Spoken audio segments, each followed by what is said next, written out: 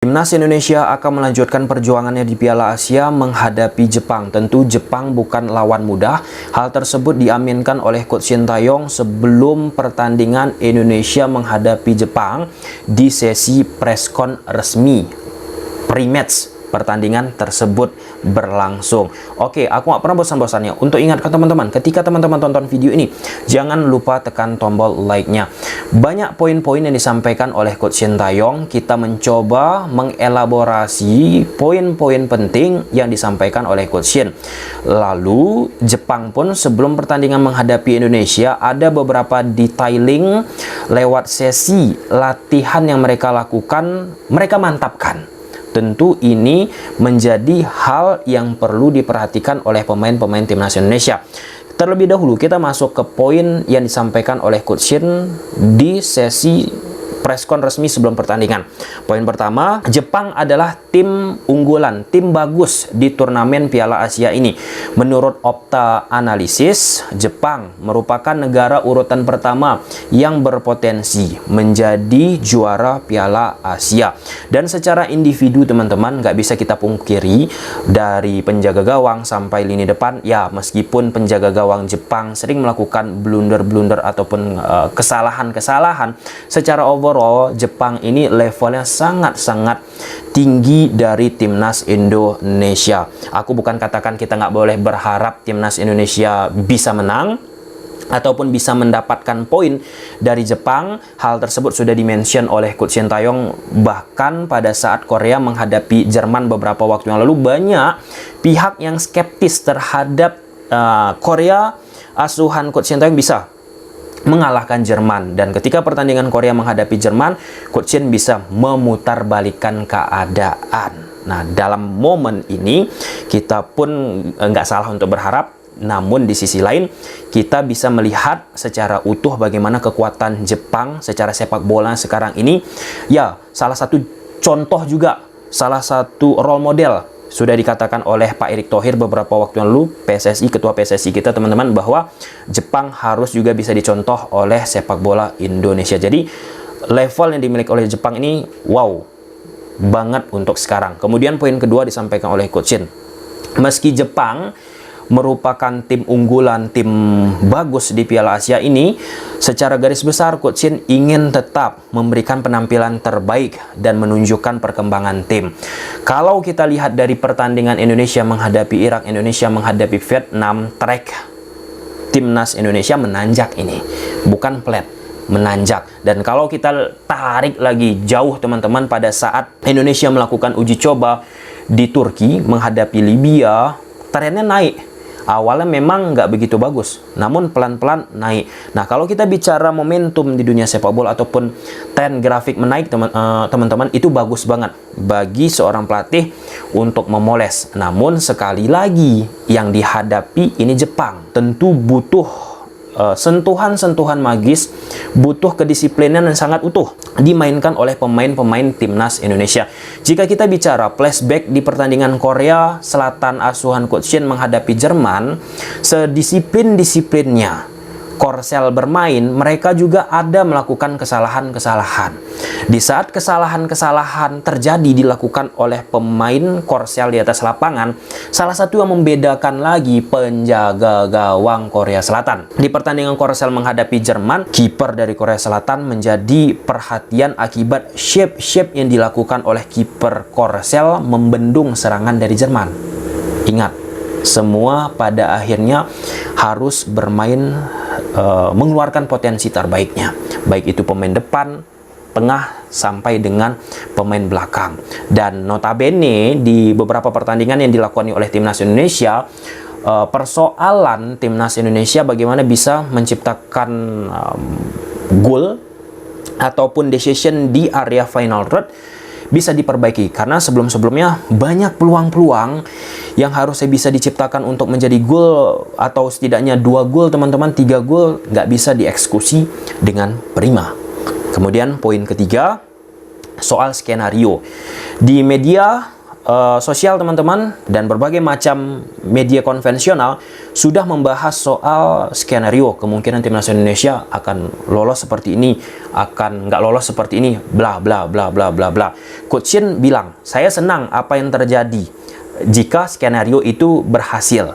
Ini yang aku suka teman-teman. Tapi saya tetap fokuskan tim untuk besok mulai dari taktikal dan detail lainnya. Jadi Coach Shin pun gak mau terlalu berharap dengan skenario-skenario yang ada. Tapi Coach Shin kalau misalnya skenario tersebut terjadi, itu menjadi poin plus lah ya. Namun esensinya bagaimana Coach Shin selaku pelatih kepala tetap fokus untuk mempersiapkan keadaan tim sebelum menghadapi Jepang.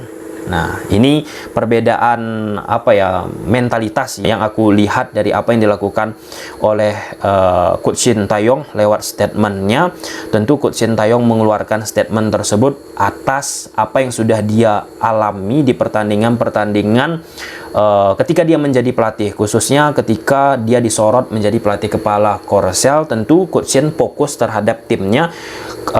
Jika pada akhirnya kita fokus terhadap negara-negara lain, kemudian kita nggak fokus terhadap mempersiapkan taktikal dan detail-detail lainnya, maka itu kan sama aja bunuh diri teman-teman.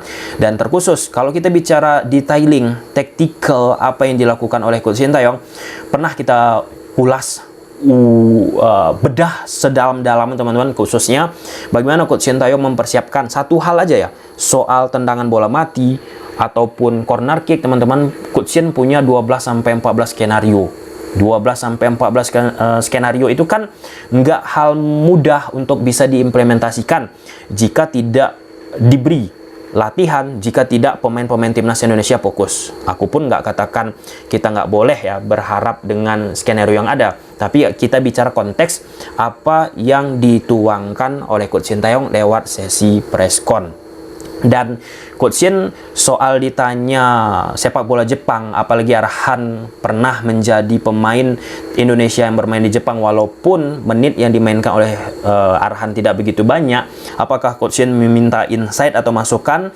Coach Shin bilang dia tidak mengatakan beberapa poin ataupun mengatakan apapun. Jujur saya sendiri tahu sepak bola Jepang sebenarnya bagaimana. Ya jelaslah sepak bola Jepang semuanya kita rasa di posisi sekarang ini mengetahuinya, banyak pemain-pemain bintang dan perkembangan sepak bola Jepang menjadi rujukan sekarang ini khususnya bagi negara-negara yang ada di Asia Tenggara. Di samping pernyataan dari Coach Shin juga didampingi oleh Egy Maulana Fikri. Egy Maulana Fikri pun mengeluarkan beberapa statement yang terlihat mentalitas yang dimiliki oleh Egy. Aku nggak mau katakan Egy terlalu banyak gocek-gocek di atas lapangan. Soal penampilan Egy ini sudah kita bahas di review pertandingan Indonesia menghadapi Vietnam.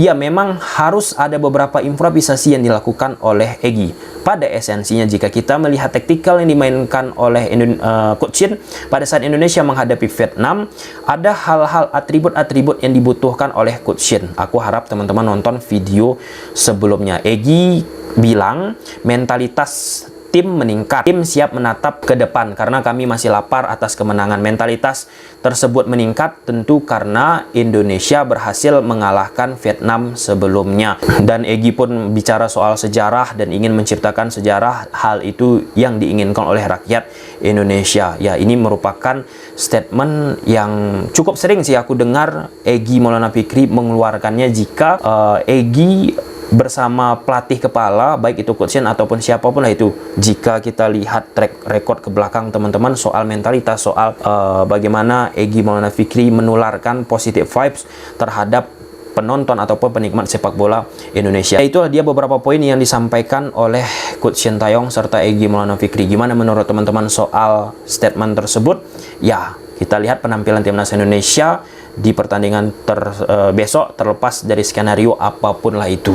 Oke, kemudian yang kedua, timnas Jepang sebelum pertandingan menghadapi Indonesia melakukan sesi latihan. Sesi latihan tersebut pun diposting oleh Jepang sendiri lewat media sosialnya, bagaimana mereka pertama melatih tendangan dari luar kotak penalti. Melatih tendangan dari luar kotak penalti merupakan hal penting jika kita menghadapi tim-tim yang secara defensif sangat dalam. Nah, tentu Jepang belajar ketika Jepang menghadapi Vietnam. Sangat rapat banget defending 5-4-1 yang dimainkan oleh Jepang.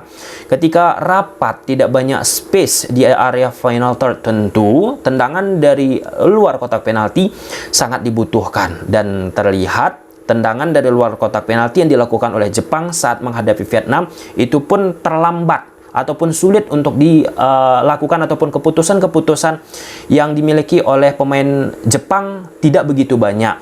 Nah, tentu timnas Indonesia secara kualitas akan sangat riskan bermain vulgar terbuka banget, dan secara realistis pasti timnas Indonesia pun harus menjaga kekompekan pertahanan. Ketika kita bicara kekompekan pertahanan, yang dibutuhkan selain masuk melakukan akselerasi ke daerah final third, tentu bagaimana bisa melakukan tendangan dari luar kotak penalti.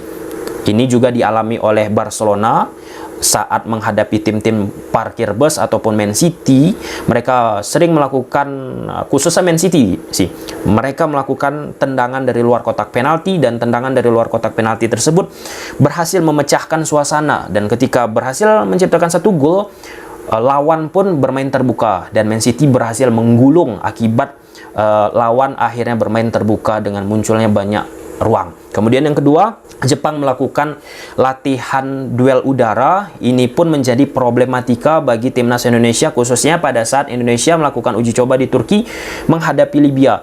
Banyak bola-bola atas, blunder-blunder teman-teman, dan di beberapa pertandingan menghadapi Irak, menghadapi Vietnam, ada hal yang harus diperhatikan secara khusus bagaimana mengantisipasi bola duel udara.